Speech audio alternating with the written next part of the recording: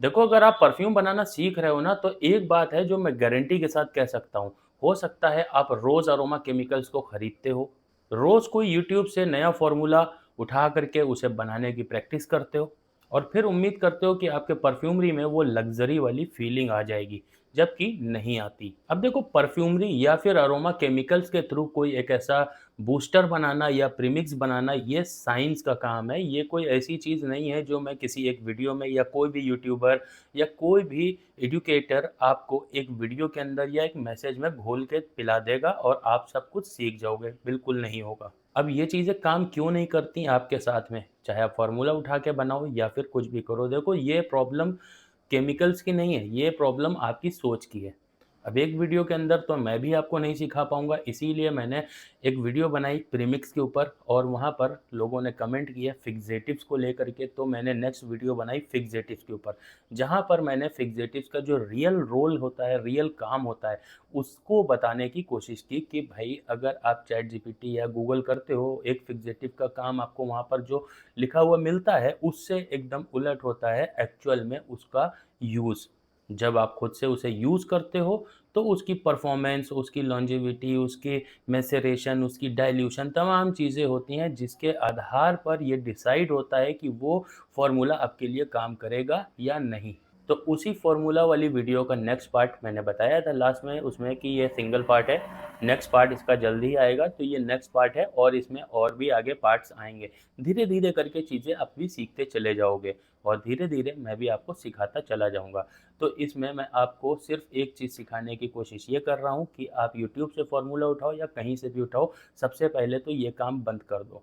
Perfumery या फिर अगर आप खुद से बनाना चाहते हो प्रीमिक्स या कोई बूस्टर, तो ये ऐसे नहीं बनने वाला कि आपने कहीं से फ़ॉर्मूला कॉपी किया या एआई से लिखा लिया और वो चीज़ें बन गई।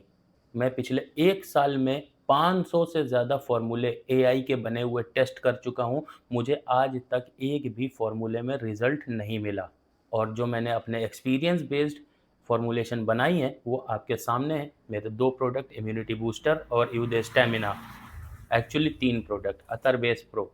अब देखो, आए दिन मुझे व्हाट्सएप के ऊपर तमाम मैसेजेस रिसीव होते रहते हैं जिसमें कोई पूछ रहा होता है भाई एहेडी कि भाई हेडियोन 2% डालूँ या 5%, आईएसओ सुपर को क्या 10% कर दूँ या 5% कर दूँ? अब इसके साथ में अम्ब्रोक्सन मिलाऊँ या ना मिलाऊँ या खाली अम्ब्रोक्सन डालूँ या कितना डालूँ? भाई देखो, इससे कुछ नहीं होने वाला कि कोई आपको कुछ बता देगा, कुछ बन जाएगा, आपको मेहनत करनी पड़ेगी और सीखना पड़ेगा। पहले ये तो बिल्कुल वैसी ही बात हो गई कि आप डॉक्टर के पास जाओ और डॉक्टर से कहो कि मैं 1 टैबलेट खा लूँ या 4 टैबलेट खाऊँ। डॉक्टर पूछेगा कि भाई तुम्हें टैबलेट खानी क्यों है? क्या बीमारी है? तो इसीलिए मैं भी एक ही सवाल पूछूँगा आपसे कि आपको हेडियोन, अम्ब्रोक्सन ये सब डालना क्यों है? क्या आप जानते भी हो इन केमिकल्स को? 1000 से ज़्यादा लोग मेरे व्हाट्सएप के ऊपर मुझसे कनेक्ट हैं, जो डेली कम्युनिकेशन में रहते हैं। उनमें से 99% लोग सीख नहीं पाते। वो सिर्फ़ यही चाहते हैं कि कुछ बता दूँ आपको। देखो, जितने भी केमिकल्स हैं उनको पहली चीज़ तो जादू समझना छोड़ दो, वो कोई जादू नहीं है। उन्हें as a aroma chemical treat करो। वो सिंथेटिक वर्ज़न है, सिंथेटिक केमिकल्स हैं, किसी न किसी चीज़ को रेप्लिकेट करते हैं या किसी न किसी खुशबू को बनाने के लिए बनाए गए हुए हैं। वो केमिकल्स नहीं हैं जैसा कि आप समझते हो कि परफ्यूम में डालने पर जादू हो जाएगा, बिल्कुल भी नहीं होगा। अब नोज़ ट्रेनिंग बहुत इंपॉर्टेंट है। आप हेडियोन को स्मेल करो, ऐसे तमाम केमिकल्स हैं, उनको खुद से स्मेल करो, खुद से रेशियो सेट करो, प्रैक्टिकल उन्हें चीज़ों को बनाना सीखो। जब आप ऐसा करना चालू कर दोगे, तब जा कर के आप सीखने की लाइन में आओगे। अभी तो आप उससे बहुत दूर हो, जो कि सोचते हो कि कोई फ़ॉर्मूला मुझे मिल जाए और मैं उसे रेप्लिकेट कर दूँ। देखो, बहुत बड़ी मिसअंडरस्टैंडिंग है। लोग सोचते हैं जितने ज़्यादा उसके अंदर केमिकल्स डालेंगे उतना अच्छा परफ्यूम बन जाएगा, जबकि ये बिल्कुल गलत चीज़ है। केमिकल्स का एक सही रेशियो और बैलेंस होना बहुत ज़रूरी है। जहाँ आपने थोड़ा भी ज़्यादा या कम किया तो रिज़ल्ट नहीं मिलेगा, ज़्यादा किया तो डीएनए चेंज हो जाएगा या परफ्यूम आपका ख़राब हो जाएगा। अब मैंने अक्सर करके देखा है, लोग अम्ब्रोक्सन को इतना बड़ा परफ्यूमरी का हीरो समझते हैं कि न जाने क्या प्रोजेक्शन कम है, अम्ब्रोक्सन डाल दिया। लास्टिंग कम आ रही है, अम्ब्रोक्सन डाल दिया। खुशबू अच्छी नहीं लग रही, अम्ब्रोक्सन डाल दिया। कोई भी केमिकल देखो अकेला हीरो कभी भी नहीं बनता है। एक गलती और जो लोग करते हैं, परफ्यूम बनाया, तुरंत स्मेल किया, रिजल्ट नहीं मिला, मैसेरेशन को स्किप करना। आज आप एक चीज़ देख लो खुद से करके, आज एक परफ्यूम आप बनाओ और एक परफ्यूम बनाओ 15 दिन पहले, यानी आज के दिन जो परफ्यूम बनाया है उसे 15 दिन स्टोर करो, मैसेरेट करो 15 से 20 दिन, 22 दिन, और फिर उस दिन उसको चेक करने से पहले एक परफ्यूम बनाओ। देखो दोनों की स्मेल अलग होगी, जबकि सेम फ्रेग्रेंस ऑयल ही आपने यूज़ किया होगा। अब यहाँ पर सिर्फ स्मेल ही चेंज नहीं होगी, यहाँ पर उनकी परफॉर्मेंस में भी फ़र्क पड़ेगा, उनकी लॉन्जेविटी, उनका प्रोजेक्शन दोनों ही अलग होगा। हर बॉटल में फिक्सेटिव भर देने से आपका परफ्यूम कभी भी अच्छा नहीं बनेगा। अपनी नाक को ट्रेन करो, नोज़ ट्रेनिंग सबसे इम्पॉर्टेंट है इस फील्ड के अंदर। हर केमिकल को डेली स्मेल करो, उनके रेशियो कभी भी ऐसे सेट नहीं होंगे कि किसी ने बोल दिया कि इतने परसेंट ये, इतने परसेंट ये, नहीं होगा। आपको अलग-अलग बैचेस बना करके ट्राई करने होंगे और सबको लिखना होगा। नोट्स बहुत इम्पोर्टेंट हैं, लोग नोट्स नहीं बनाते, इसलिए कभी भी उनका परफ्यूम का अगर कोई फ़ॉर्मूला बन भी जाता है तो उसे दोबारा वो क्रिएट ही नहीं कर पाते। और इस वीडियो को बनाने के पीछे का जो मकसद था वो सिर्फ यही था कि आप लोगों को ये समझाना कि जो मुझसे व्हाट्सएप के ऊपर जैसे मैसेजेस में पूछते हो कि कितने परसेंट क्या डाल दूं जो परफ्यूम अच्छा बन जाए, आईएसओ सुपर को हेडियोन के साथ मिलाऊं या अम्ब्रोक्सन के साथ मिलाऊं। भाई ये सब करना बंद कर दो। अगर तुम मुझसे पूछ ही रहे हो ना, तो छोटे बैच में सेम जो तुम करना चाह रहे हो उसको बना लो, बनाने के बाद उसे ट्राई करो। इसी ही को बोलते हैं R&D।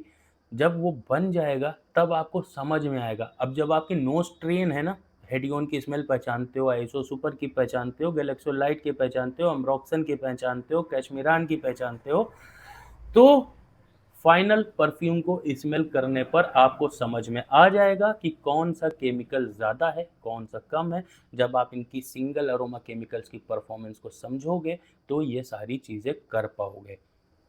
प्रोजेक्शन आ रहा है कि नहीं आ रहा, अब नहीं आ रहा तो क्यों नहीं आ रहा, कौन सा अरोमा केमिकल्स ज़्यादा हो गया आपसे जिसकी वजह से प्रोजेक्शन डाउन हुआ, ये सब चीज़ें सीखने की हैं। इसीलिए मैंने ई बुक बनाई जिसके अंदर अरोमा केमिकल्स को इतनी डिटेल में समझाया है, प्रैक्टिकल नॉलेज के साथ, जो एआई या आपको वो कहीं नहीं मिलेगा, जो उसका एक्चुअल वर्क है, जो रियलिटी में काम करती हैं चीज़ें उस तरह से। तो वो अगर आप सीख चुके हो ना, तो फिर आपके लिए प्रैक्टिस बहुत ही ईजी बन जाती है। और कोई भी कोर्स या कोई भी बुक आपको कोई ऐसा मैजिक क्रिएट नहीं कर देगी जो आपको परफ्यूमरी घोल के पिला देगी। इंग्रेडिएंट्स की नॉलेज और उसकी समझ और फिर उसके बाद प्रैक्टिस, ये ही 3 चीज़ें हैं जो आपको आपके गोल को अचीव करने में मदद करेंगी।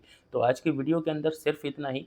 नेक्स्ट वीडियो जल्दी लेकर के आऊँगा जिसमें और ज़्यादा डिटेल में, डीप नॉलेज के साथ में आपको चीज़ों को समझाऊंगा। अरोमा केमिकल्स के साथ में प्ले करना, लेकिन आज से ही सबसे पहले खुद से प्रैक्टिस करना सीख लो, खुद से प्रैक्टिस करना चालू कर दो।